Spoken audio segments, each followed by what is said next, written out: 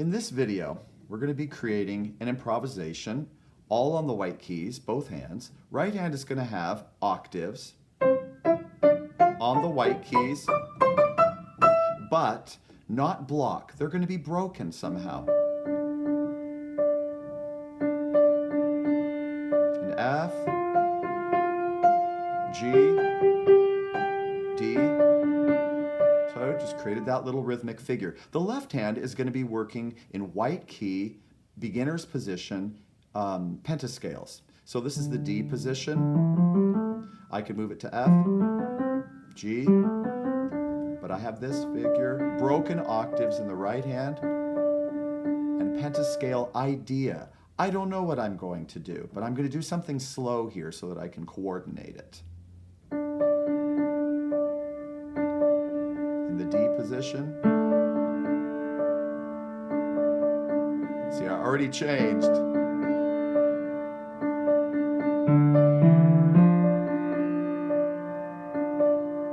Let's go to C.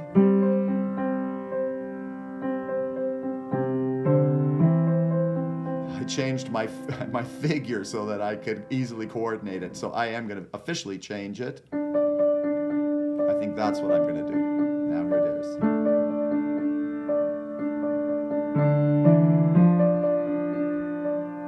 Let's go to C.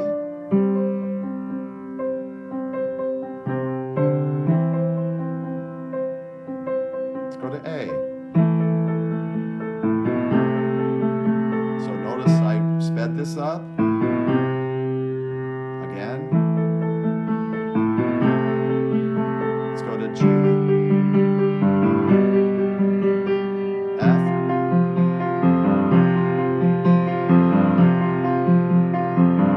So I just didn't cap it off with that middle finger. I just kept doing that part of the figure, the early part of the figure, over and over. Now, I could, with the right hand, instead of having a complicated, broken pattern, I could just alternate between the two. I'm going to create something else in this B position.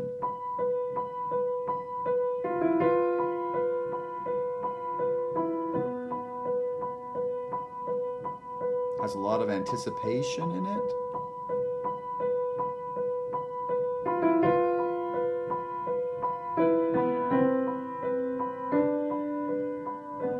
Let's take that to A.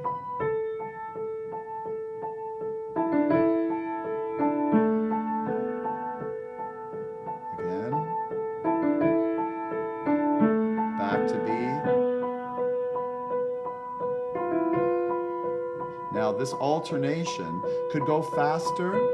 Why not? How about double time?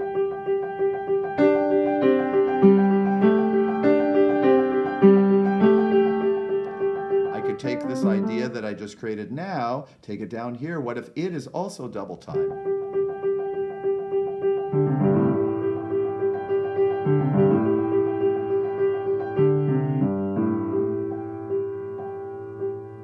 Okay, let's do something where this is broken, or in fact, let's do where there's a grace note.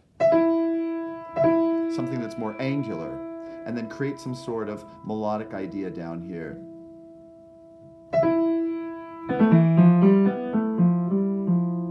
Let's do that again. Good, I remembered. Let's do it in D. Ah. In E.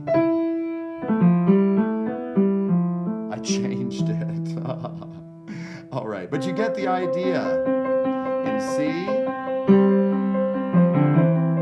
go to A, go to C, go to A, and now if this, I think you got enough of the idea. So the right hand has broken octaves on the white keys, the left hand has pentascale positions, and they are moving around in the same places on the keyboard. D position, D octaves. See what you can make of that.